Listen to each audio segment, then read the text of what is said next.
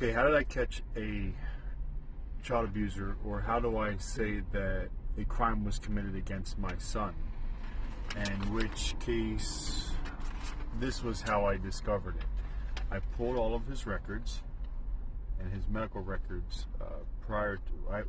We were having so much problems with him in school, being kicked out of a home daycare, having issues medically, always being trying to figure out what's going on, and knowing that my son was stolen from me just months before. These records were back in 2003 for Josh. And why from 2003? Because in 2007, when I discovered the case where the child abuse and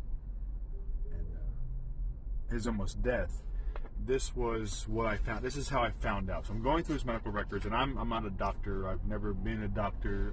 I've learned a lot since then. I've learned a lot about pediatricians, how they work, about how ENT specialists work, therapists, psychologists, child psychologists, the school programs like IEP and occupational therapists and child psychiatrists, and foundations, behavioral health in Doylestown, and CHOP down in Philadelphia. I've learned quite a bit, and I found this record, and this record made me cry. So the first one I had come into, I found out that there was a crime committed against my son by his mother, and I found that out by accident, pulling these records that I should have been known to know, because I have a joint physical legal custody document with my son. This was when my son was 16 months old. Actually, the first was when he was a year and 6 months old. This happened, looks like 11/3 or 7/3, 2003. That's not it. Okay. Where's that? Darn it. Hit pause.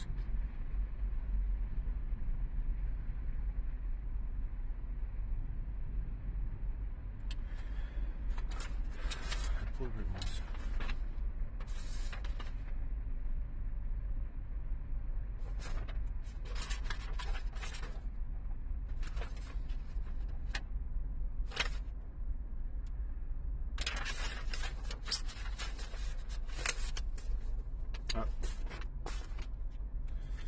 Okay, this scared the living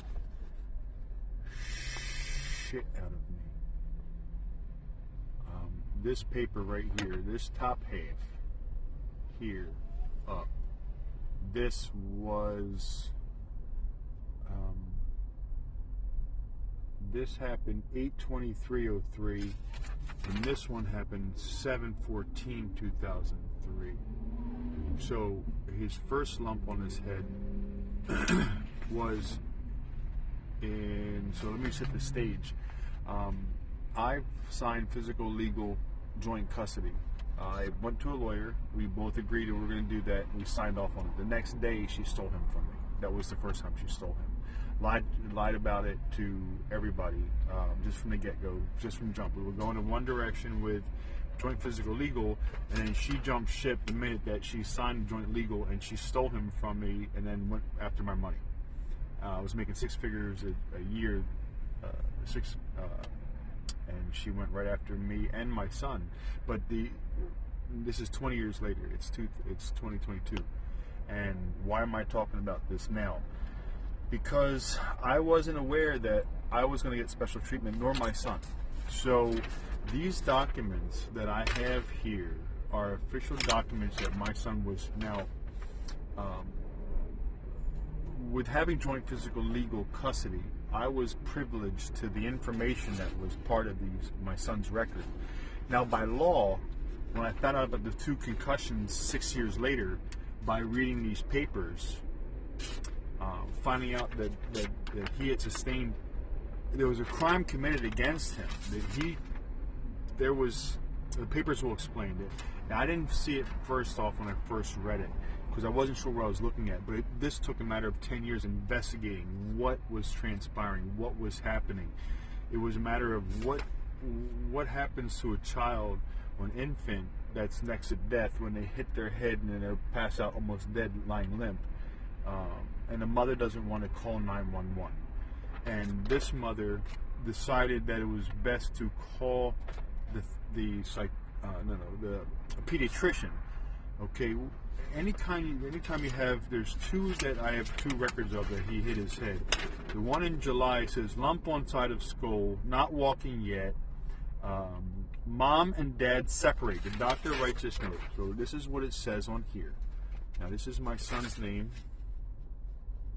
It was attempted by his mother. Okay, the doctor's seen him. Okay, so this is a very, we need to cut that in later on. I don't know how to do that yet, but look, this is the information. And this is where it says he was brought in to see her. A lump on the skull is out of the scope of the pediatrician, by the way. A lump on the skull is, we're talking about MRI or CAT scan. That's the appropriate way of knowing how much physical damage the baby brain took on impact. And the only way to know that is by going in and looking at the brain and seeing what's inside there and how much damage. So that was 7/14/2003. I was not made aware of this. By law, I should have been. We had the paperwork signed just that same month. So that was, I should have been told. This was never told to me. I never knew my son sustained a lump on the skull. Actually, it's this one. He doesn't walk yet. This is the first one. Then there's a second one. So this is frightening. These two were one of 50 records in the first 4 years of his life that I had to go look through and see and find out how much he was at the doctor. It was so disheartening because he was always at the doctor. So these two, if you look at them, it's a paper and it's a paper. But the paper represents something that happened to my son. Two traumatic events happened to him. He was almost dead here. On this one, I didn't get to that one yet. This is a lump on the skull. Lump on the skull, that's a pretty hard hit to hit the infant baby. And it says there's a lump on my son's skull, okay, within her care. That's the mom. That's not me. I was not told about this. Okay? There's a lump. That means he hit something very hard. Not once. Not the first month, the next month, same thing. Nobody calls child services. There's no 911 call for this one. It's a lump on Facebook. It's enough to bring him in. So why not just take the extra effort and call 911 or take him in to get an MRI CAT scan? These baby brains are not to be messed with. And, I needed to back up. The mom is a person who works in the courts and who is very familiar with the law, who's been trained in law. My son's mother is a court reporter for Judge Alan Rubenstein in Bucks County, Pennsylvania. And the reason why I know this because when I met her, she was a court reporter freelance up in New York. In order to be a court reporter and certified, you must go through a certain amount of training. You've got to learn how to use a stenographer machine and then also learn how to dictate. You need to hear the words that are being told. And if you're not schooled in the knowledge of the courts, that whole training part, that's a whole lot in itself. You're going to hear words, big words, that represent the law, defendants, plaintiffs, and whatnot. You've got to be versed in law and law proceedings in order to be a official court reporter as employed by the Bucks County Judicial Center for the Commonwealth of Pennsylvania, which is a high-ranking job.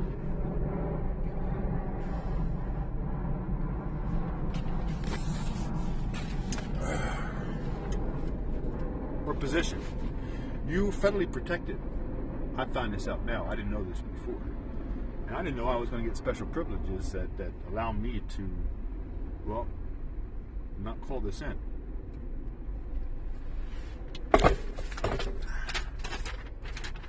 A woman who knows the law, knows what happens when you call 911, knows what happens when when police investigate.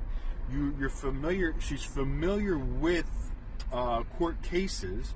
She will hear testimony from plaintiffs describing certain situations in great detail.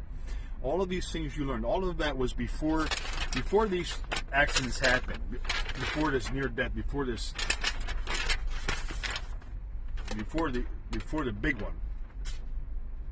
We're talking about a woman who's been schooled in how police respond in certain situations, or they hear how the EMT responds in different situations. All of which are kind of important. And I'm saying that because I didn't realize that a woman could be frivolous not to call 911 and to not only just get 911, but the worst, the biggest concussion. There's something seriously here that's been overlooked and tampered with. But going into having my son, she had to be, she was a corporate, so she would work in very high-rise legal corporate matters, working in New York. And then you have, taking depositions from, which is usually both sides come together, sit at the table, and, each one get a chance to talk to each defendant and plaintiff in every matter, so they can compile a case and go before the judge. Most of the time, that's done for arbitration in the matters of where you don't need, where you don't want to go to court, but you're trying to, evade taking these steps first. So she would hear a lot of either corporate matters, high level things, to you had to be versed in all areas. So whether it be civil matters, domestic relations, or custody, she had that plus the corporate experience, plus being, talking with corporate lawyers and systems and knowing procedures and things like that. So you had to be versed on the machine first, and then you have to also have to listen to different words that are going to be used on a regular basis about how procedures and how things go. So one in that position is all they hear is all day is, Your Honor, this question, or the plaintiff says this, or she gets sworn in, and she's taking the notes. Every time there's a word that's spoken, that gets transcribed on a piece of paper. So she is hearing every word. Now, I didn't really do my homework before I met her to know how much that was, but I learned about that going forward. But what was interesting to find out is that she has a court officer pledges an oath. And what's scary about it is she takes an oath to always tell the truth, to be honest, and things like that. And that goes with her wherever she goes.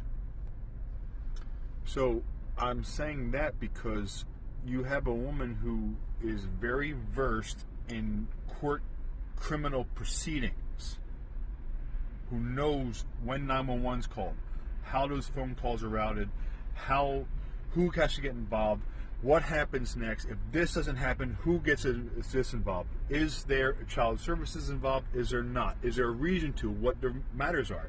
She's had to hear matters in custody cases, in support cases, in civil cases, in corporate litigation.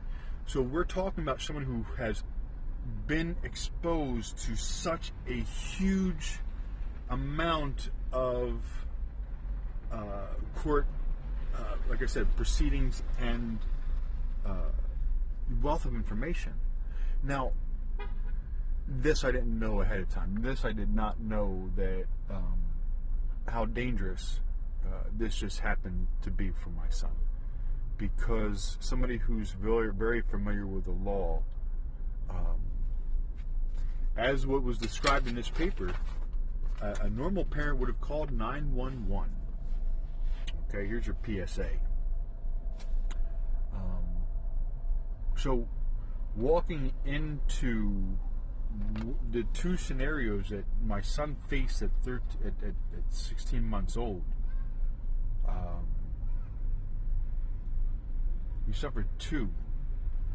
One, he was near death. We won't know. We don't know that because we don't know when it happened, where it happened. So basically, let me read it off and let me see how this makes sense. So here's what happened. So on this day, we don't know what day it happens because there's no 911 call.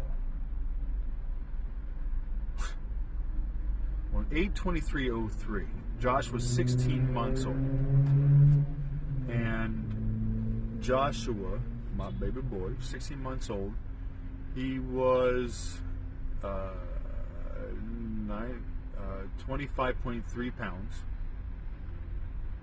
and looks like 97.6, but that can't be true. So this doctor, this is Southampton Pediatrics in Southampton, Pennsylvania, and I found this by accident. I pulled all of his records preparing for court because he was struggling dramatically at daycare, so much so that he was at a home daycare and got kicked out, and that was at 2.5 years old. Where she put him in the Chesterbrook Academy, where he almost got kicked out of that, which went on to pre-K, and he almost got kicked out of that. In the first grade, almost got kicked out of that. There was he had a whole lifetime, at that point. But at this point, when this happened, shortly after here, a whole bunch of medical issues were going on. There were a lot of environmental issues, at least with her. What people, and I hate to sound harsh, I should have backstory this more. The woman doesn't have the ability to be a nurturing person or human being. That when, and I don't mean to sound harsh, and this is coming from about 20 years worth of information, but finding out mistakes like this, or accidents, or not the truth, or finding out that these certain things happen. I found them here, but they don't show up there. I'm dealing with a woman who's a pathological liar. Suffering from FDIA, the same thing that suffered with Gypsy Rose's mom, where a person manipulates and lies to constantly and unable to tell the truth, which is a pathological liar, obviously. But that's something I was not aware of when these things were going on.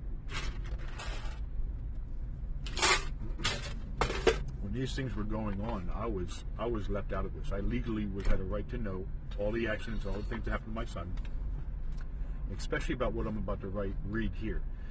So, hindsight, back then, I had no idea she wasn't telling the truth about my son, or that she was withholding pertinent, life-threatening situations like this that happened to him. I had a legal right to know, but I also had a human right to know, and to tell you this, that she never told me this about this. There's negligence. First, that started with the mother, and then with the doctor. It's all written in here. This is how I deciphered this, because you have to know a lot of things. And then, now, the county has helped cover this up, because I called in this child abuse in 2007 the first time. Subsequently, I've made several calls after that. Not one phone call back, not one phone call to discuss I have a whole book. I have records of his medical stuff that would fill 2 of these, but this is just the one that I pulled. These are his pediatrician records from 1 to 6 years old. And this made me cry. I was in my house in Yardley. He was suffering badly. I would get the day-to-day calls. There was problems in the counselors. There was a problem with the teachers or the daycare workers. There was problems with him being in school or in camp. His mouth, his violence. He was a very violent child, and he had a lot of problems because he didn't have a very stable home. And I know this, but I didn't know that back then. Turn of events, this woman who's very well educated and knowledgeable about all of, how the procedures, how these things work. I believe at the time of the accident, the crime. I should explain it to you first. At the time of the crime, she was she had applied to Bucks County to be a court reporter. And here's what I don't understand. How does a woman with no county experience, but only corporate experience up in New York as a freelance court reporter, how does she walk right in off the street and get a job right up in the biggest court of Bucks County, where I was living at the time? How does, without going through the minor courts? So this woman in 2003 goes right from, oh, I'm working in New York and whenever I want to do some freelance, to working 40 hours a week for the courthouse, and she walked right in off the street. Is her name because her name is Tess Sola, because she's Italian, because she knows connections? Well, let me tell you how many Italians are involved with this Bucks County court throughout the years. I found these out. How many are really are the backbone of the court system. A lot of Italian names dropped up there. Even my lawyer.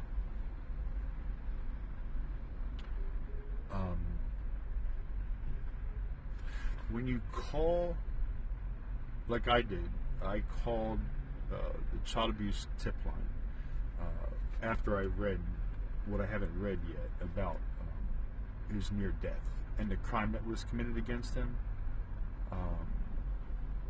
I've learned a lot about neurology.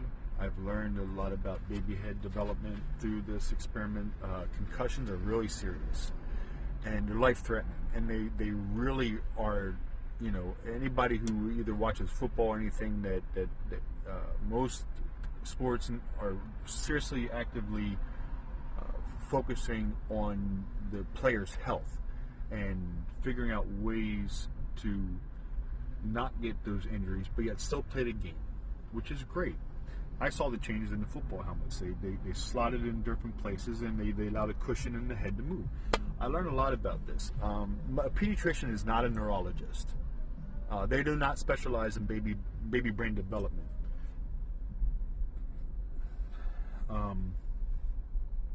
They are not schooled or versed. The pediatrician's offices do not have the equipment to test a brain. They don't have MRIs or CAT scans. So they're really limited about their ability to facilitate proper guidance for anybody, to be honest with you, because most pediatricians do not get the phone call from a woman who was not around to watch my son because this happened. So their hindsight is that though at the time I didn't know how badly she was lying. It didn't trickle out until years later. For example, when we signed physical legal joint custody, I never agreed that I would have every other weekend. I wouldn't do that because I just signed for joint physical legal custody. We're going to split them half the time. We're going to work together. We planned all of that together. Here's what happens. Just a month before the first and second one happened, Miss Sola and I break up. She goes on her way. We both agree that we're both going to raise our kids. We have the flexibility with both of our jobs. I'm making 6 figures a year. She's not making 6 figures a year. She's newly in the house. She is. We make some promises and commitments. I make my promises. I make the commitments, and I follow through. She, on the other hand, never followed through with anything and lied from the jump. So in 2003, when she signed a piece of paper that said physical legal joint custody, we're going to share that. She said, and stole my kid from me the first time then, but turn it around later on, which is very difficult to have a conversation with somebody who's constantly changing their mind, which I didn't know about back then. I didn't know how serious it was that how much of a game was played on Joshua's behalf. Like, for example, I wouldn't be here right now having this conversation if my son got an MRI or CAT scan. I would never have surveyed over 400 people since I found this out in 2007, and then called and reported child abuse to the Commonwealth of Pennsylvania, and they never called back and making subsequent calls. I wasn't aware that I was going to get special treatment, and my son was going to get special treatment. My son was near death. And this is what it says on this report, and I'm losing my light. It says, Joshua E. Dell, allergies, NKDA, Okay, that's flag number one. We'll put this one up here. This is the one in question. From here up is this one report, and this is the one I'm speaking of right here. This one is dated 8/23/03. Okay, we'll try to get it close. I know it's getting kind of dark, but there's a lot of writing on here. So I'll bring it up closer, see if the camera can, because I'm on a stand. Okay, there we go. That looks a little better. Okay, so this was a found, should never have, I should never, this was not meant for my eyes. I was never meant to find this out. But it says, and medications not that I know of. My son was allergic. He spent 10 years on antibiotics because he was misdiagnosed back here. That was on the side part. That's what says not that I know of. That boy needed to be tested. It's not he was on antibiotics for 10 years, almost 10 years, because of his allergies until I got him tested.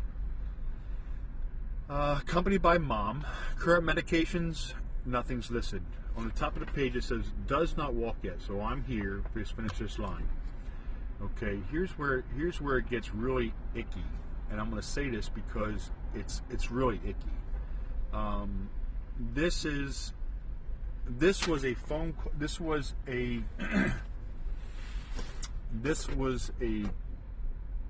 report by my son's pediatrician at the time.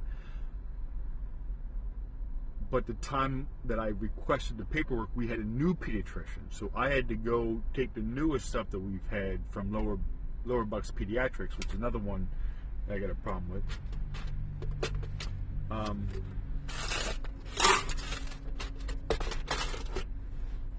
I pulled these because there was so much issues with him in school and daycare and camp and everything that nothing made sense, and everybody was having problems with him. The teacher said she would call me every day. I get a phone call almost every day from the teacher saying, Josh this, Josh that. It was serious. This was real. He was going through a lot of serious stuff during this and after this. And this is what's so disheartening, because this is the crime that never happened, because this is why the district attorney of Bucks County hasn't called me back. When I reported this to the child abuse hotline in 2007, when I told them this was the beginning of multiple abuses and neglect against my son, who I loved him to death, Joshua Vincent Edel, stolen 6 times in 20 years.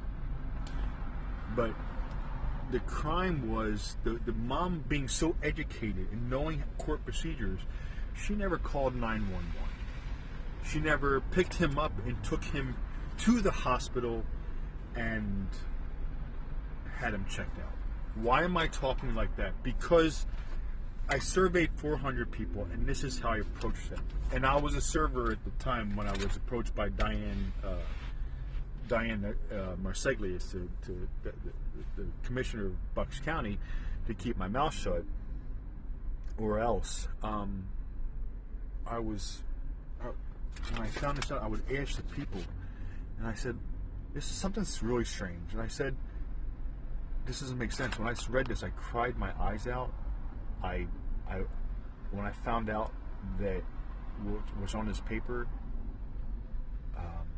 changed my life, meaning that this piece of paper never existed past the day this happened. And I'm saying that because this is the only time in Joshua's life it ever has appeared. And it's nowhere found in future records. And this was 2003. It's now 2022.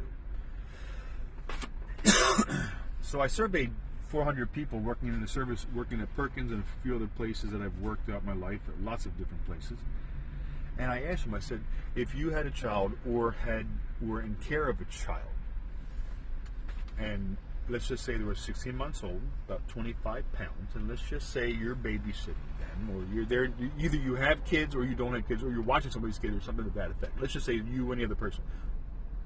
If your child hit the floor and so hard that they passed out, and they went limp, and their eyes were crossed, and they vomited, and they cried, and you know, you heard the thud and landed on the side of the face. Like I said, passed out, went limp, eyes crossed.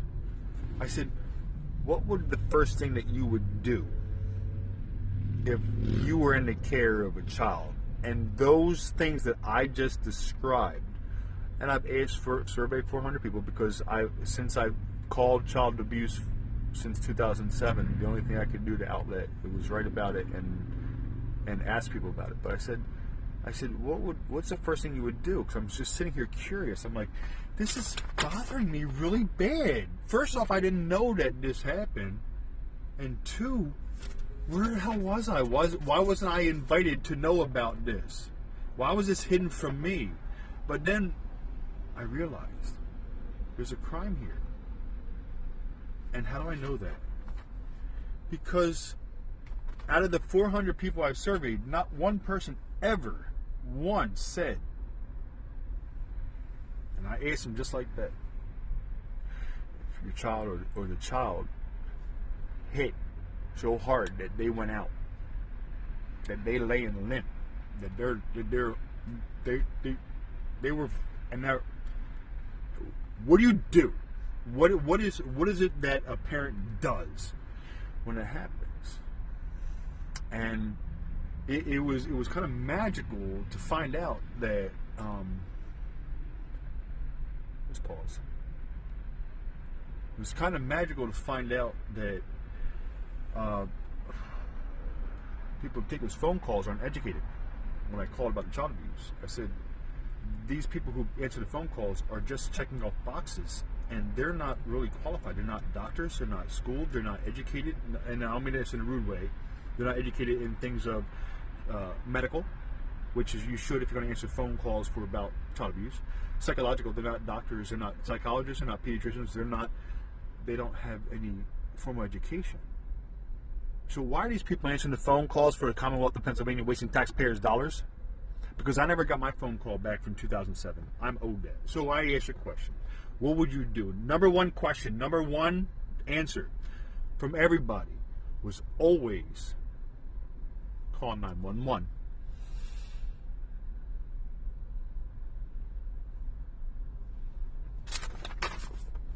Number two was you pick up your kid, pick him up and run him to the hospital.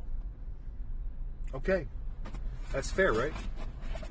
Both of those were valid then, and they're valid now.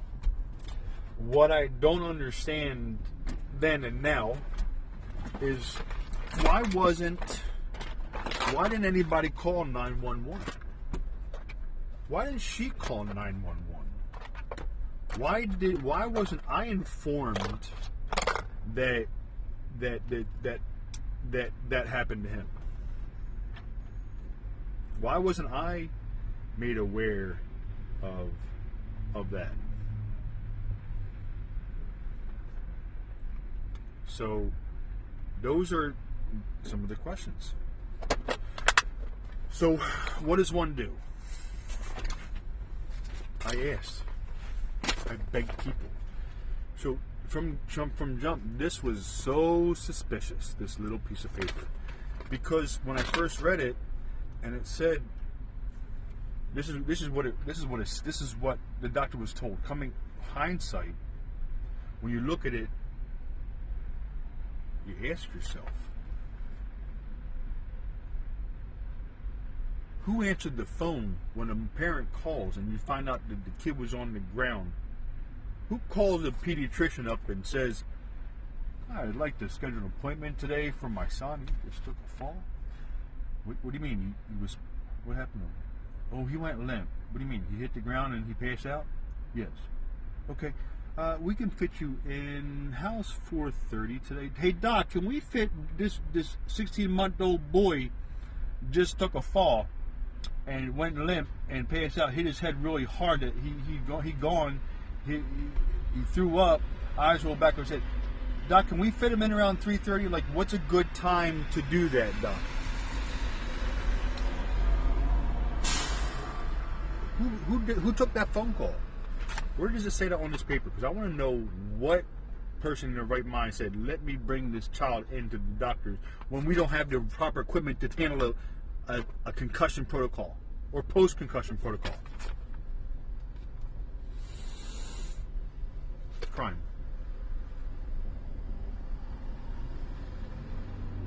I was willing to pay money for somebody to reenact this.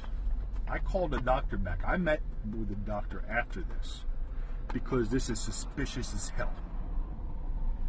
First off, it was written in one handwriting for the doctor's visit with my son. So we don't have the vitals at the time of the accident. I mean, excuse me, not accident. It's not an accident. It's not child abuse here. Commonwealth of Pennsylvania said there's no child abuse here. Judges have said it. Chief of police have said it. Told me to trust them. There's no child abuse here. And I said I beg to differ. So this is why I'm making the tape, because here we are. For now 20 years, my son has not been seen about this. Why is it important? It's a long story. This is the bane of my life right here. This is what I found out my kid almost died. And he didn't get the proper treatment. It's crushing. It's crushing because I have a future to help him succeed for. I've not been allowed to see my son in 5-6 years, 10 years. She saw him from me 10 years ago. Again, like 6 times out of 20 years, this kid has been taken from me, along with abuses like this. But who took that phone call? And why would she go ahead and lie? So this is what. So I wanted to spend a lot of money. I actually wanted to do a GoFundMe, raise money, because here's what I don't understand. The doctor said this isn't child abuse. The Commonwealth of Pennsylvania never called me back when I reported this. When the mother did it, the pediatrician didn't call. But I suspect I know why. You say, well, why didn't she call? She's a must report. That's a good question. She is a must report. The thing is that the mother's connections with the county outweighed what was best for my son. What am I saying? I'm saying that my son's mother chose her future job or her job then there with the county over my son's life. And that's why I'm making the video. Because in 2003, instead of a simple phone call 9 to the 1, she called the pediatrician, drove 25 minutes away, put him in the car, drove him down there when it would have been 10 minutes to the hospital, or 911 would have been there in 5. Is it that he had insurance? Was it inconvenient to make the phone call to 911? Is it you forget how to call 911? I'm just curious, but this is what was said, and the reason why I'm saying this ahead of time about the recreating is because this is bullshit. This is plain and simple bullshit. And the joke is that this never happened, and the county has not said one word about this in 20 years or 15 years. In the 15 years I've been calling them, reporting about this to child services. Not the first time I called, they never called me back. I never got one phone call when I reported this to child abuse line. When they say to you, they have the ads on TV, if you suspect child abuse, give us a call. Commonwealth of Pennsylvania is running ads all over the radios about that. So here's what I'm going to tell you right now. I'm a citizen here in the United States. I'm from Pennsylvania. I was living in Pennsylvania at the time. My address was in Pennsylvania, Commonwealth of Pennsylvania. I made a phone call to the 1-800 number for about the child abuse hotline, and they never called back. They didn't call, they didn't write, they didn't email, they didn't stop by my house. So this was in 2007 when I made my first phone call. When I discovered these papers, when I cried, I found out how bad my son was having it. How really bad, because what transpired day to day for him was never there. No nurturing. When I say this broke my heart, and I probably sound harsh, but here's what she said. She said, and this is where this is where I want to challenge. I'm telling you, this is ludicrous when I read this. And here's what I first read. It says, it doesn't walk yet. This morning fell off first step, landed on face, cried immediately, held breath, went limp 5 seconds, cried again. It says, something then active, and this was from. So my son doesn't be seen at that time. We don't know when actually this happened. We have a report of a date and a time, but we don't know if it actually happened on this date and this time, or what part of the day. We don't know what he hit. There's nothing. The only thing I found out at the time in 2007 was this. This is what I'm reading for the first time. I'm like thinking to myself, what the fuck happened here? It says, my son fell the first up, landed on the face, cried immediately, held breath, went limp, cried again, went limp. And then I said to myself, and it says down below, it says, breath holding spell down here. Okay? Down here. Okay, this is weird.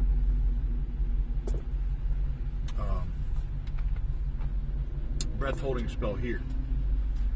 Okay, so this is what I read first. Okay, now what's unseen or foreseen here is that this morning he felt the first step, landed on face, cried immediately. Okay, so when I read that, we don't know. It says here, head toward something, holding disgust. It says cried again, did keep down after PO. We don't know. It says here if something about his head. I asked her about this when I sat her down and confronted her again. I said, "This is what was his stats when this happened? What time of day?" The doctor couldn't answer. So I went and confronted the doctor about. Okay, there's a common parking right next to me. I confronted the doctor about 2 or 3 years ago, and I asked her. I said, "When did this happen? When did these things? Where did he hit in the house? What was it? What transpired?" And okay, let me just jump to it. It was right here. It was here that threw it off. Right here. This is how I knew that the doctor questioned it, because on the side note, there's all of this written in one letter. Now, obviously, this copy is bad, but there's a lighter penman style and a darker style. Okay, so there was one that was written during the examination, and the other one at a different time. Okay, so this is nicely written in hand and written out, and these were the scribbles from the notes in person from the doctor. So this is what gave it away here. Okay, and it says, hit side of face, ears this morning, cried, held breath, passed out, became limp, eyes looked cross, then vomited. So these were the notes afterwards, and this is the notes during. This, between the phone call from the mother who, what the hell was that like? Calling and saying, "Oh, can I get an appointment?" To this one doctor's account, and then to a second. So this was after time. It took me about 10 years to discover this. But this side note here doesn't walk yet here, and then how she wrote it out here. She questioned everything that was written here, and she rewrote it. Unlike other times when Josh would see the doctor, none of that was there. This was a dead giveaway for after 10 years of investigating why nobody ever called back, or why wasn't he seen. I wouldn't be having this conversation if he had the CAT scan or MRI, or if the one of two concussions were found in CHOP reports, or from Foundation's Behavioral Health, or from other things. So this is what I wanted somebody to reenact. How do you get a 16-month-old child who weighed 16 months old, 25.3 pounds? How much force and trajectory would it need for child's head, who's 16 months old, to hit the floor, and what velocity and what strength that it would take for it to go. Now, what's a force? What's a velocity? Because when it says here, fell off a first step and landed on face. Okay. 3 years ago, I did the math. I said, wait a minute, this ain't right. I said, fell off the first step and landed on side of face. I said, wait, hold on. Time out. And then I'm asking myself, well, wait a minute. Look, dumbass. I know you're not bright, but look how many years it took you to figure this out. Fell off first step. First step. What did I say? What I read. I said, fell off first step. I'm like, son of a bitch. One step is 6 inches. I said, wait a minute. A baby brain, 16 months old. Let's just say he fell off first step. First step is 6 inches. You put the baby on top of that, maybe another 6 inches. Okay, so we should talk about 12. If he falls off the first step, that's roughly 6 inches where his head is up, and then hitting the hardwood floors that are in her living room, or it could have been in her bathroom, and he could have hit the concrete floor. It could have been in the basement and hit the concrete floor there, or the wood floor, or it could have been out in the garage where it has concrete floor. We don't know. I don't have a report from the EMTs that told me where the condition my son was in and where they found him at, because no one ever called 911. So silly me. I start. Okay, I'm like, look at this. Fell first step, landing on face. 6 inches. 12 inches, a baby head who is developing, a 6-inch step would have been like a knock and it would have been gone. Everybody knows you're going to put the kid out. You're talking about what, a foot, 2 feet, 3 feet? How many feet at 25 pounds does he have to fall to be passed out, held breath, went limp, cried, and eyes rolled back of his head? Will somebody please recreate this? Because fall for one step, there's a lie right there. And any parent knows you're not calling 911. You're not going in there. You're not going in. You're not calling the pediatrician or going to call 911 if you fall for a single step at 6 inches, right? Why'd she call the pediatrician if he fell off the first step? But how did all that happen? It don't make sense. A single step, and he was able to have that happen. And I said to myself, this isn't right. It doesn't make any sense, logical sense. I said, well, you know why it doesn't make sense, Mark? Because the police weren't there to help you put it together. And I said to myself, well, that's because she was looking for a job back then. So if you're looking for a job, she can't have this on her record, right? So why did my son have to take second fiddle to her job? This has been the bane of my life. If you did the right thing from the first boat, I would not be in the situation I'm in right now, and my son would not be in the situation he's in, because you would tell the truth. Why is this important? Why is this important? Because of concussion protocol. He took a fall, and a lot of things happened to his little brain. It changed everything. That fall, that hit, changes the dynamic of his brain. First off, when you hit that hard, the brain's going to jumble back and like reflecting. You're going to hit and bounce it off. So his little brain shuttling back and forth inside that brain skull, knocking back and forth, and now we're having pressure go on. Now the brain's expanding. Is he bleeding? Is there blood there? Is there blood vessels that have popped? Is there fluid in his brain?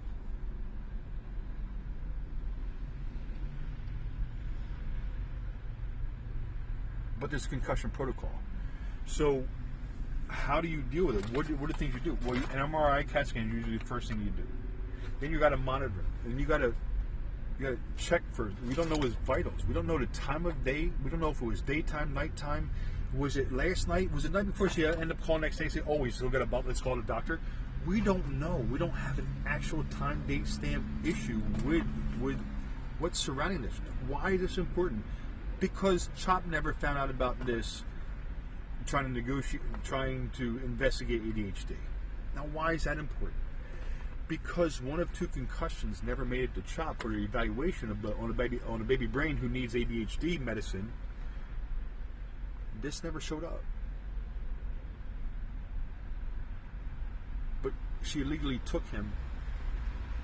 There were so many legal issues with this kid.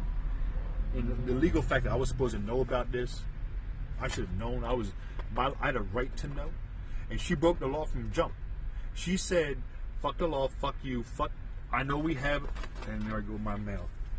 She said, and this is what bothers me. She had to protect herself over my son. And again, I would not be here on this day and this time talking about this stuff after 5-0 Eagles weekend. Jalen Hurts, Super Bowl contenders. Thank you, Howie. And Big Dick Nick Sirianni. To think that she knew calling 911 would have shut the path differently. A guilty person hiding this from the father, from 911, from the police, from him getting the help, not just this day, but it's the days of preceding this. There's post-concussion protocol. You have to do certain things to the brain. We learned this from science. This is nothing new that this was happening in 2003. She's aware of these kinds of issues within the system. What legally I should have known and what I should have known. She knew that. That was done intentional to not let me help my son. This is what I dealt with for finding out after the fact with this woman's like a catch me if you can scenario for 20 years, which I didn't want anything part of. I wanted to do a joint physical legal custody that we both split our times with, and we both go, with him, with her a week, me a week, we split it up. I'm making 6 figures. She's not making 6 figures. I got the time I can take off from work. I can do what I want to do because I got a growing business and very successful and working it all up. And then she throws the child support into it when we said we're going to split everything, custody, we're going to split child care, we're going to split everything. You're going to buy yours, I'm going to buy mine. You're going to have them a week, I'm going to have them a week. And then right from jump, she said no. She signed yes, but then from jump, and that's when she took him. But then to put the child support on too, I mean, there's police reports about this woman. So what I didn't know about the special treatment is for 20 years, or for 15 years, I've been calling child abuse hotline. What I didn't know is they were never going to call back.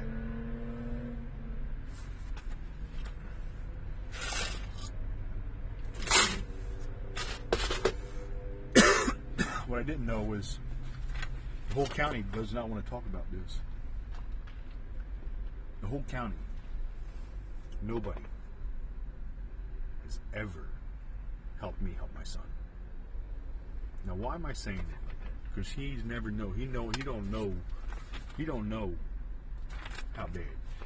We don't know how much residual scarring there is. We don't know how that affects his neurosensors. We weren't able, without a proper diagnosis of how and where he hurt his head, we don't know exactly what part of his brain might be scarring to help him in the areas which would help him progress academically, which he suffered with through his whole life. Academically, emotionally, socially, spiritually. When you're dealing with a non-nurturer versus a nurturer, when you're dealing with somebody who's willing to protect themselves over what's best for your child, you have issues. The boy has issues. He has a diagnosis. ADHD with / access factors of the serious kind. Anybody who's familiar with diagnoses knows you don't look at just the title, but then it's the underlying things. The axis means something. And my son was, found out a couple years later going to CHOP, going for diagnosis of that the 2 concussions don't make it in there, and that should be front page. We're asking CHOP to go diagnose our son to see if he actually has ADHD, and you're going to give the doctor half or no the information. She went in there with another Josh. This Josh didn't exist. This Josh hasn't existed. This Josh hasn't even been healed yet. This dad is trying to get his boy healed. This dad has been trying to get an MRI and CAT scan for 20 years. My son doesn't know the extent of damage. That's important. It's my responsibility to help my kid. I'm his father, and I've been told for 20 years, back the fuck up. He's not yours. I've been treated like I'm just a sperm donor. But it's my name on the birth certificate. He looks like me. I trained him for the first 10 years of his life under some really extenuating circumstances. Who terminates therapy for their kid when it's on the court record, when it's on the record for your disability? What parent intentionally sabotages their kid's life? I never knew that FDIA and child abuse and neglect from somebody who took an oath of office was okay to do. And I've just been told for the past 15 years by Bucks County, they don't want nothing to do with it. Well, my friends,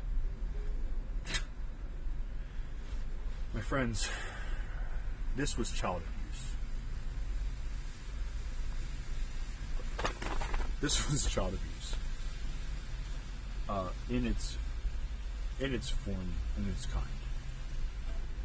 My son was neglected physically, emotionally, and this was just one of many that come after this. This wasn't isolated. This was an everyday occurrence. I have other issues with his health, issues with his school, issues with her. And it comes down to a woman unable to tell the truth that none of which was ever to benefit him. All the truth that she always told benefited her. And I'm going to say that because I have the papers, I have the documents from the joint physical custody. Then I have the next day her signing for child support. Why would you do that? We just signed this. Why would you go this way? This is what I learned now about how things were back then, that from jump, she went a different direction.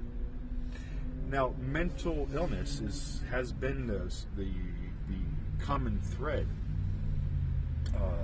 to a lot of the issues that she suffers. And I documented it. I wrote about it. I spent time hearing her lies, documenting what's been going on with my son's life. That thing's about almost 1,000 pages now. I've written to state senators. I've written to Commonwealth of Pennsylvania. I figured out exactly how the call center works, and I learned more about Bucks County Children and Youth, Marge McEwen, Diane Marseglias, the county commissioner, the people that I have spoken to over the past 15 years. I have this little graph. Well, it's not actually not mine, but this come from the county. This comes from the county. This is the county chain. Okay, let's see if I can just do this on here. Most of the people that are on here are people I spoke to. Okay, everybody on here knows about the child abuse and neglect that my son's been going through for 20 years. I've called children's. I've made the reports formally. They have a formal record of it. They've tried to pretend not to, but I know that the county and the state has copies. So how do I know that? Because there's a breakdown of everybody I spoke to. Okay, everybody through the county, from commissioners all the way down to the police, have all been told about the child abuse that they never looked after and they never investigated. Said they didn't, but lied about it, and then I'm supposed to believe it. How do I know that? Because they never got a CAT scan or MRI when I recently told them about this issue in person. So I've been charged, but that's another side thing. The issue comes is that I called when I discovered this piece of paper in 2007. I found out my kid almost died, and it was my responsibility as a father to go get him the help. Now, how could I not get him? How could I get him help? Why is it so difficult? Because when a woman is willing to lie to police, judges, and this is her, the woman who works for the courts now, Bucks County, for 20 years, has lied to Diane Marseglias. She's lied to Diane, who's the head of the county, one of three of Bucks County, Pennsylvania. This woman has been in my life since 2007. That's when it just so happens that my record was tainted. That's another fun story, but that's another side, another time. Somebody messed with my record, my permanent record, back in 2007. The same time I reported the child abuse to the state, the same time Diane Marseglia, comes and walks into my restaurant that I work in and introduces herself to me, a waiter at a Perkins restaurant in Doylestown. She goes and introduces herself to me. And now look back, as she did like The Godfather. It felt like a scene of The Godfather. She walks in and like she had a coat on and anything I could help you out with. I got your back. At the same time, I didn't know she was going to go behind my back and do all these nefarious things. There was conflict of interest having to do with the courts with my son from jump. And the county has been on the conflict of interest bandwagon since 2007. So me discovering this and wanting this to get investigated, plus the others, the issues with him in school and in daycare and the daily emotional issues, the ones that are found in his charts. I have charts with all of the times that she's calling in complaining and talking about how bad he is. She didn't let me have him. She chose not to. She said, this is going to be better for him. I live 4 miles away from him.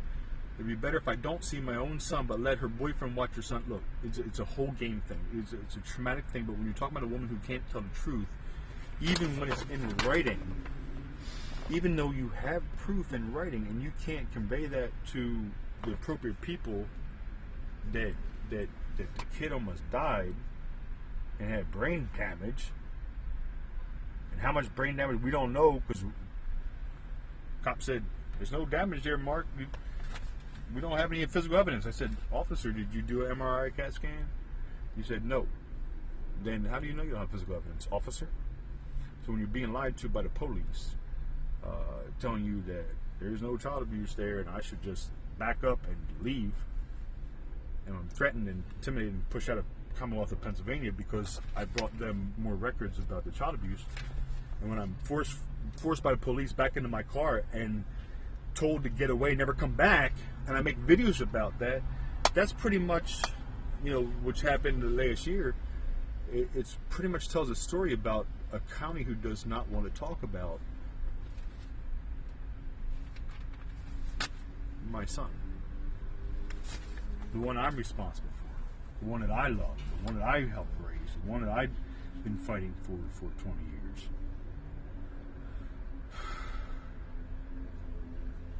Is he okay today? No.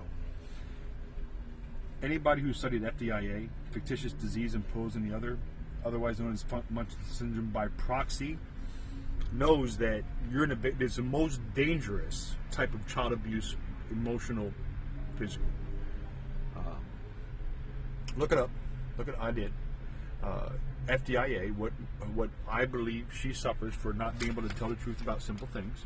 And it's all, according to his records, I have it all together. I went to turn over state's evidence. That's what I meant to say. I've been trying to turn over state's evidence at district attorney of Bucks County for 15 years. I went to the county 15 years ago to the child abuse hotline, and I said, here's a crime that was committed against my son. And they said,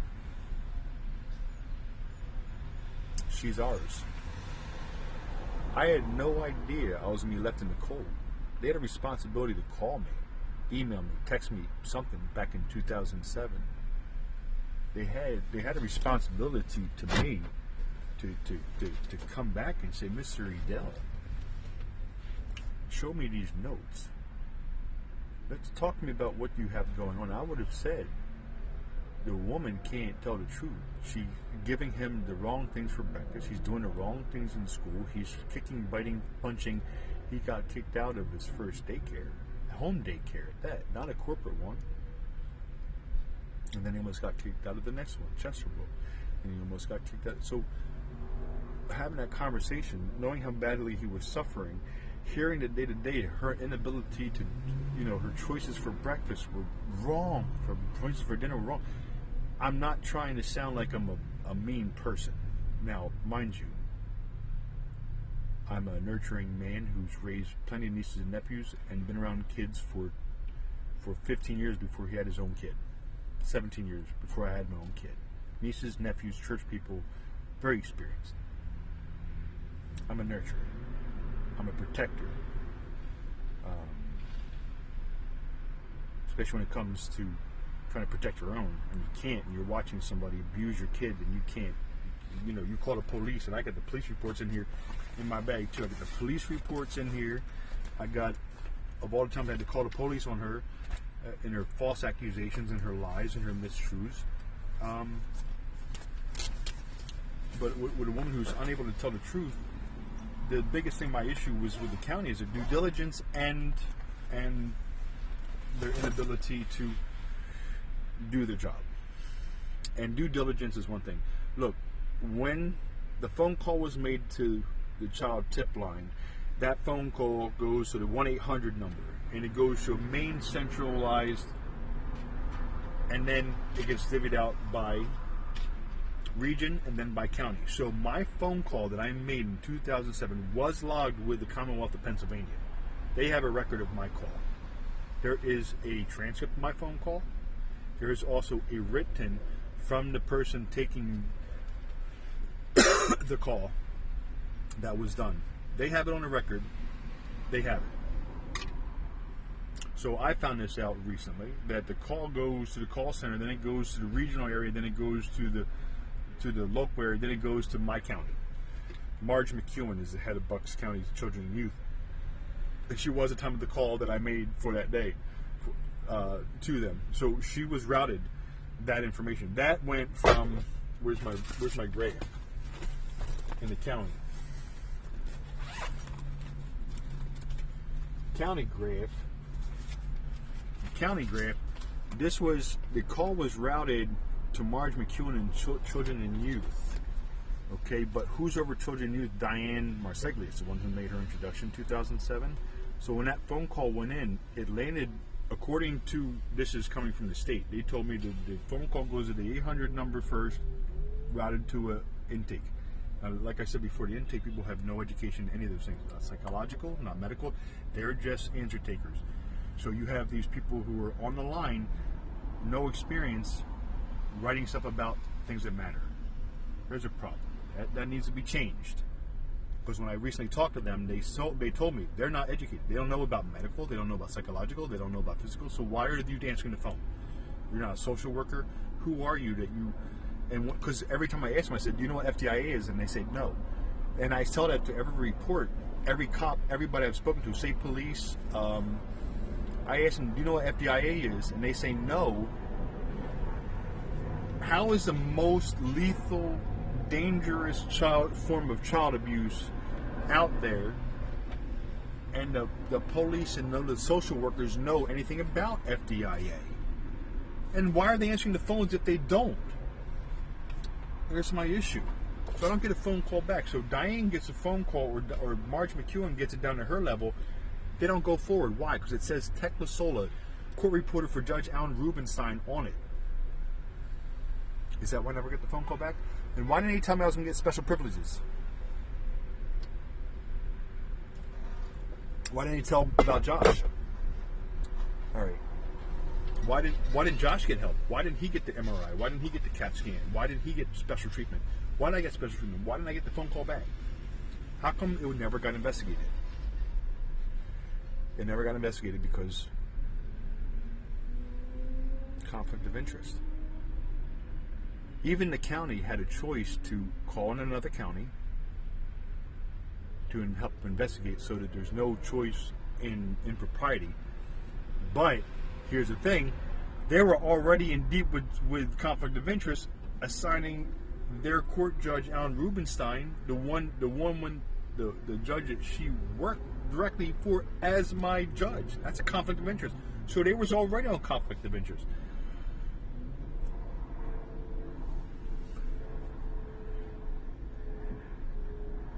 At no time did Bucks County took it upon themselves to start the conflict of interest against me. They took the first fire against me. They came at my son by not dealing with the report that was made to them officially by the Commonwealth of Pennsylvania in their behalf. These people are taxpayers. The taxpayer money that has been wasted over 20 years. The fraud that she's committed against the state, they don't care. They don't care about that.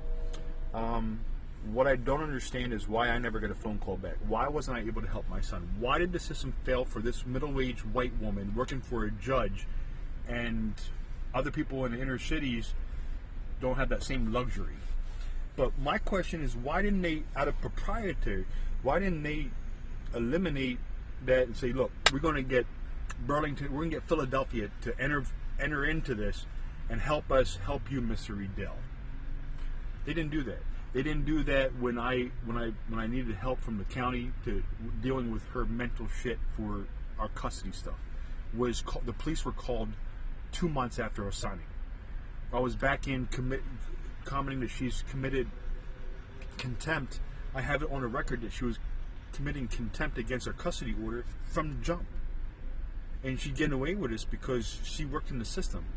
So she worked in a system that should never have worked within me. Now is holding my son away from me, and little do they probably know, she used them to steal my kid. My kid was basically kidnapped using them because they decided they were going to take him away.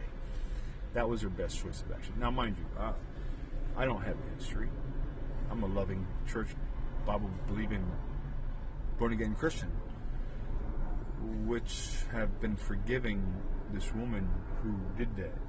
And people yell at me. They say, why wouldn't you go over and kill her? Why didn't you go beat the piss out of her for doing what she did to your kid for 20 years? I said, because I forgive like Jesus does. What kind of Christian would I be if I didn't? But what's the insult to injury is that I've asked the county to come up and try to help me understand. You're getting paid taxpayer money to do your job. And you're using taxpayers' funding to fund these different programs. Okay, this woman, and I explained to the county that she frauded. This was fraud. The papers here, either this didn't happen or it did happen. But the doctor meant to call the police, but the woman used her influence, and that's why she didn't call. She questioned it. That's what this paper says, because it was written twice. She never made that call to the county like she was supposed to. She should be charged with negligence because she accepted that lie. And then she didn't call the must report and report the suspected child abuse. She saw it. It's on the paper. The doctor clearly wrote it twice in 2 different handwritings. You can't tell me that woman didn't suspect. She was beaten down by Tess like she's been doing to me. Tess Sola has been beating me and my son down for 20 years.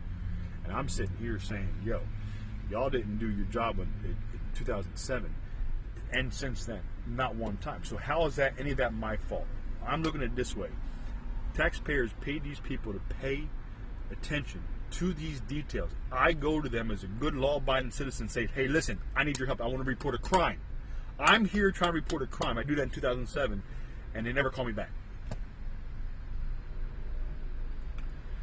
I don't get mad. I don't get angry. I don't get frustrated. I don't get pissed off. I don't feel rage. I've never had. I don't raise my voice. I'm not an angry person. I'm a loving person. The things that happen to my son makes me talk about her in a way that was never supposed to happen, because I made sure that we were supposed to be friends, and moving forward, that was our plan, and that was what was signed against in 2003 before all of this happened. What I wasn't aware of, that a non-nurturing woman who self-sabotaged our kid on multiple occasions for over 20 years. The kid still has a disability, and he's still emotionally abused, and that's a reason for me to go make a video and try to get a hold of him so we can go get the MRI and CAT scans and figure out what's happened.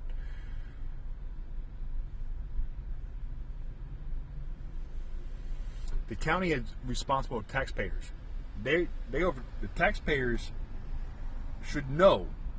The Pennsylvania taxpayers should know Josh Shapiro's office was made aware of this.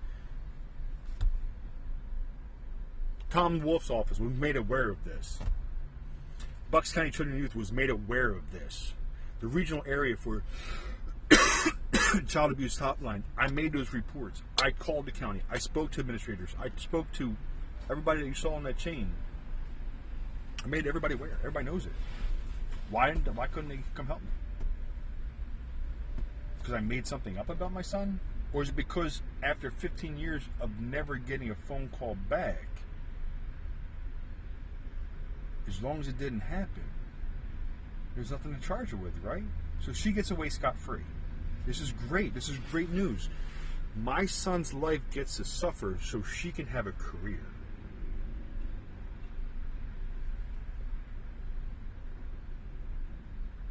My son's a boy with a disability who's so fucked up in his head, doesn't know which way is up, by a woman who's a pathological liar. She says one thing, she's two-faced. She tells you one thing, she tells me different. Unless you're sitting there with a pen and paper getting ready to cross-reference what she said, that woman is not to be trusted. That's part of due diligence, and that's why I try to explain to the county on multiple occasions. I said, listen, y'all taking her word for things, but you're not validating them. You're not doing your due diligence. I'm trying to teach the Bucks County criminal, I'm trying to explain to the district attorney of Bucks County how to investigate a child abuse. Explain to them how to take one step at a time. You take the paper, you reenact it. And they said, I had a conference face-to-face with Caitlin Dryden from the district attorney's office, Matthew Weintraub's office, because they'd keep on not answering my phone calls. But when I went in there in person and told them I was being harassed by police in Yardley because of me wanting to talk about this child abuse, and I was run out of there and told to leave and never come back, and forced into my car, and he pushed me around, pulled a four-legged dog officer of the law on me to protect them because I'm some sort of threat, and how they were lying about the I don't understand. I'm a taxpayer citizen wanting to bring the police evidence about a crime, and they say, get out, get out, get out. You don't belong here. Don't come back. That happened. I have videos about it. They don't want to hear about it. I do. I'm accountable. It's my job. My job as his father is to see that they've been telling me for 15 years, fuck you, get out of our... We got this. She used their system to steal my kid. And then they're like, no, you don't have him anymore. I said, well, wait a minute, he's still my kid. And they've been playing this game. They've been playing games with this conflict of interest for 15 years. And have gotten away with it because no one's holding them accountable. And that's the problem with what I'm doing with right now, is that the county knows she's committed a crime. I've spelled it out for them in emails. I've spent at great lengths explaining this, going into court, explaining this to judge. And she doesn't know that the first thing you do is you call 911. And I know I'm going to think about stuff later on, but I'll just call this How to Get Away with Crime Part 1, because I called about a crime. They didn't call me back. Taxpayers of Pennsylvania, this began in 2007. The abuse began in 2003. I've been trying to fight for my son so he can get the help he's needed for his whole life. But what is so... The irony is that to think that I had a child with a woman who didn't want the same focus for your children in life, and then sabotage everything that was good for him to make her agenda of sabotaging him over what's right. Bro, I'm dealing with something that's way out of my league, bro.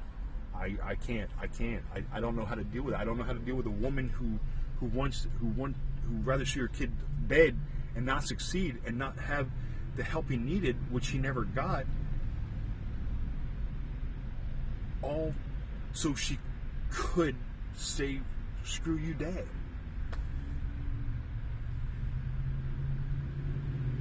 I get it. When people separate, you don't have to. It doesn't have to be a war. I wasn't planning for war. I was planning for peace. I was planning for a lifetime of peace with this boy. And every other time I turn around, the police had to been called.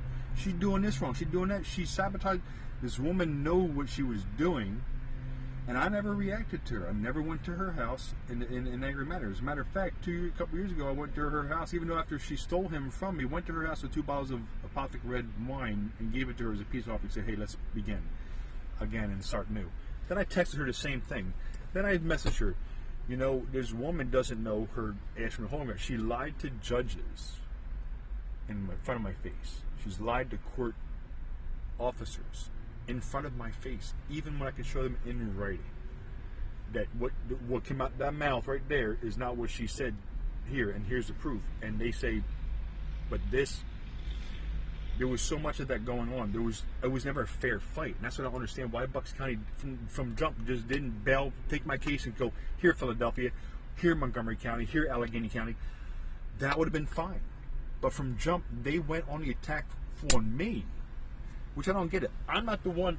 My name's not on those reports. I'm not the one who caused this to my son. I was the one getting the phone calls every day from the pediatrician, or from the doctor, from the school, from the teachers, saying your child is so bad. There's something wrong with him. Every day. He's in the principal's office getting punished because his mom doesn't know how to put him to bed right. Or because she thinks chocolate muffins and chocolate milk for a 5-year-old, and letting him watch Power Rangers until he reenacts everything he sees at home, takes it into school, fights people, kicks people, bites people, and gets kicked out of school. That wasn't enough for her to stop him. He kept on a whole lifetime of being sabotaged by her, and I can't help him. And I've never laid a finger on him. And I never will. She beat the shit out of my kid, emotionally, physically, spiritually, emotionally, parentally, psychologically, you name it. My son, Joshua Vincent Edel, is a victim of a woman who took a terrible emotional beating on him for 20 years. So that left him with a hole because, A, the known therapy and disability don't go away. And what was it to hide stopping me from taking him for Social Security? And so we can get him into better programs to help him out with his disability. She terminated that. She terminated medically necessary, even in writing, even showing a judge, and the judge didn't give a shit. It said Joshua Edel must it is medically necessary, and I have that in writing from his other pediatrician, that he must be treated in the way CHOP designed for him, that some of these things never showed up. Lied to CHOP about things, and I can't help him. Plus, illegally taking him to CHOP too. There's so much abuse to him. Here's my thing. I'm an adult. I'm mature. I don't react. I'm slow to anger. I forgive her. I forgive her. I don't get angry. I choose to use my words. I don't let my emotions run amok. And I'm very level-headed, and I think things out before they do them. I'm very thoughtful, courageous, giving, loving, and I've been for 20 years wanting to be friends with that woman that I met before I had him. If that makes sense. I don't know who this other woman is that I've dealt with for 20 years. I don't know where that woman was who I met and I had a kid with. Because she left the minute she signed a joint physical legal custody, she bounced. I don't know, she never to be seen from again. And I'm not saying that, and I mean this with total respect, that I've done everything I can do to help her, even asking her to go to therapy. How do you help somebody who is a pathological liar and willing to sacrifice your child's health? Now, I've never received a good reason. I've been found a good reason. No one has ever explained it to me. I've never heard from her about about the concussions. I never knew, CHOP should have been informed of that, the 2 concussions, but they were not. I had a legal right to know about my kid's whereabouts and his, the things that were pressuring him, because it's my job. My responsibility as his father to raise him and train him. It's my job to make sure he's a good civilian and citizen, that he's a good contributor to society. He's not a drain on society. That's, it's my God-given right to parent my kid, and that was taken away from me by the Commonwealth of Pennsylvania out of conflict of interest to keep all of this silent. Silent because they were given opportunities to come forth and to help me help them. I said, let me turn over state's evidence to you. Let me give you all the evidence I have to help you solve a crime. And they said,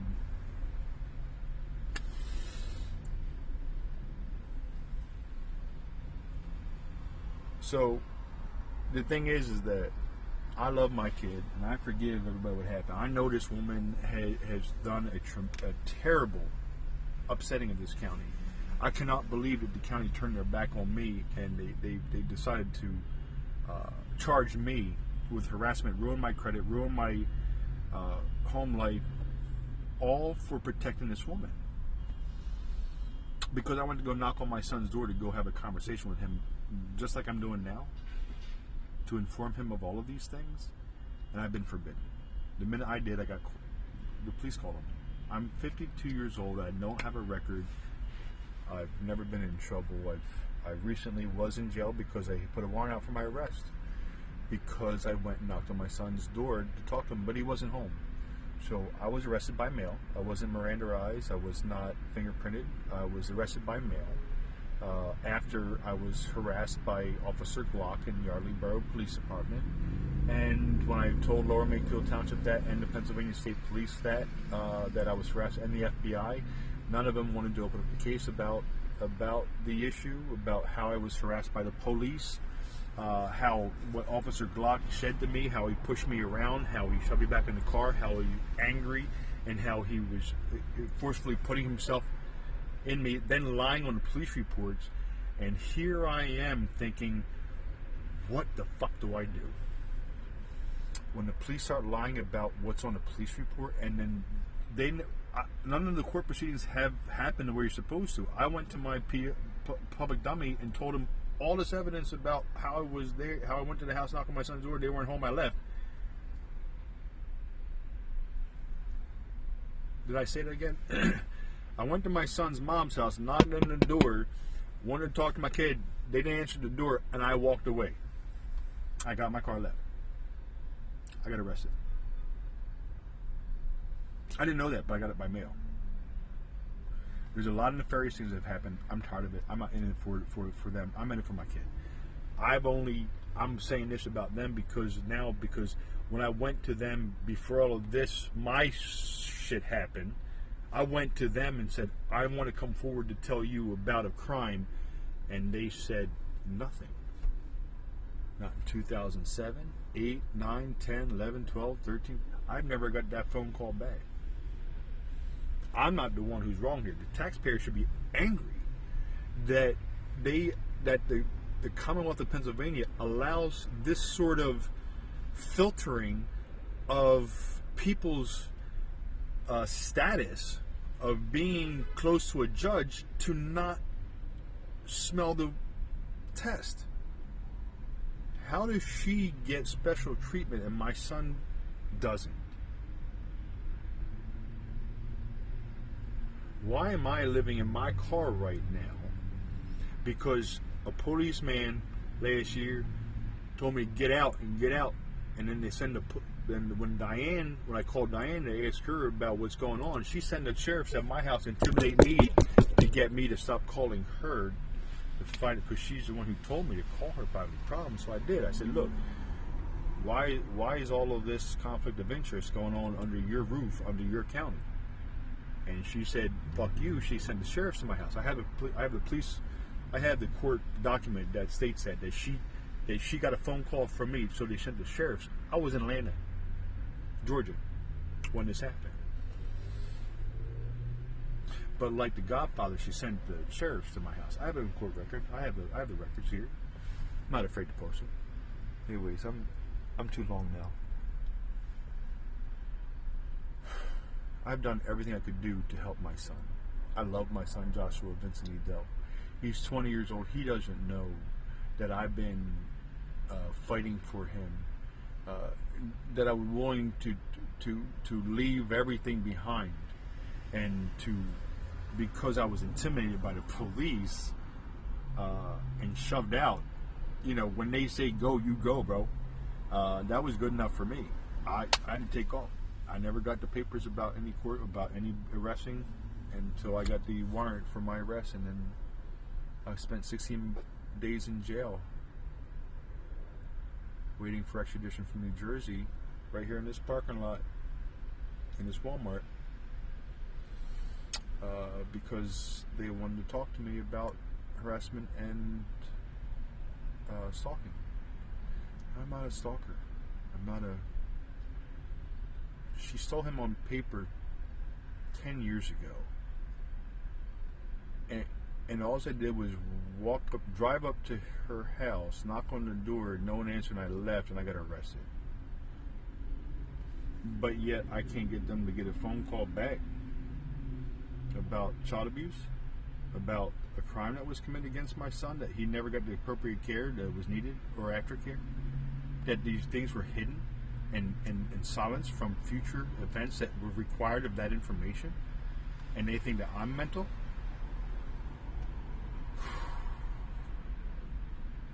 It's a sad day, because I'm the one who's saying, Bucks County Police, come off to Pennsylvania. I'm a citizen. I need your help to help my son. And they didn't. And that's what hurts. And people should be angry about that.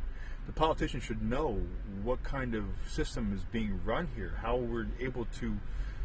But why not tell me from jump that you're not going to help me? Why just string me along for 15 years thinking, oh, you're going to do the right thing, but the taxpayer has been paying this thing, and the amount of fraud she committed alone cost hundreds of thousands of dollars of taxpayers' money, plus the insurance monies too. And I made these claims but it seems like any of my phone calls, because of my name, when they pull me up, no matter what department I run into the same thing. I don't get anywhere. And it's not because of my lack of inability to do it. It's just because of they have a plan, and that is to not investigate this, and this. They never started with one. So they didn't start with the child abuse from the jump. So it never happened. So how does a man go and tell the police 15 years later, which I've done, and I've made the phone calls, and I've done everything I was supposed to do, how am I supposed to report a crime that never happened? That's where I'm at. That's why I'm making this video. Because I had to have some sort of proof that this is what it became. All of this information, and I've got hundreds of pages of documents that support all of this stuff. That I was the one that was there promoting his better health, mental health, physical health, everything. So where I'm at is that was a crime. She knew what she was doing. She knew how to handle things, and she swept it under the rug, but she never got him help. That's what makes me mad. That's what burns my oven. Is that even right? To this day, we don't know. And the playing games with his medical stuff for 20 years and all this stuff, it's just not right. If she did it, if it happened to him, and she did everything she could do to promote his, but she didn't. She squashed it. She stopped it. I wasn't able to enter into that, so I wasn't able to help with his healing process. I was denied the ability to help my own son, and I had time with him every other weekend against my will. I have no rights as an American citizen. I can't help my kid. And he had lived only 4 miles away, and I never went over there. I never disturbed her. She's got some mental issues. You're not supposed to do that. I never went to her and went ahead and did anything in a violent nature like most people said I should do. Why didn't you go over there and do this, that, and the other thing? That ain't me, man. I'm supposed to forgive. That makes me a terrible person. That's fine. But no one can ever say I'm a violent person or vindictive. I don't hold any malice towards any of the county people. I know for a fact that she lied to them because she's lied to me for so long. I was there face to face in real time, counting out her lies. And it's sad that none of the lies ever were done to help Josh, and that's probably the biggest issue that I deal with.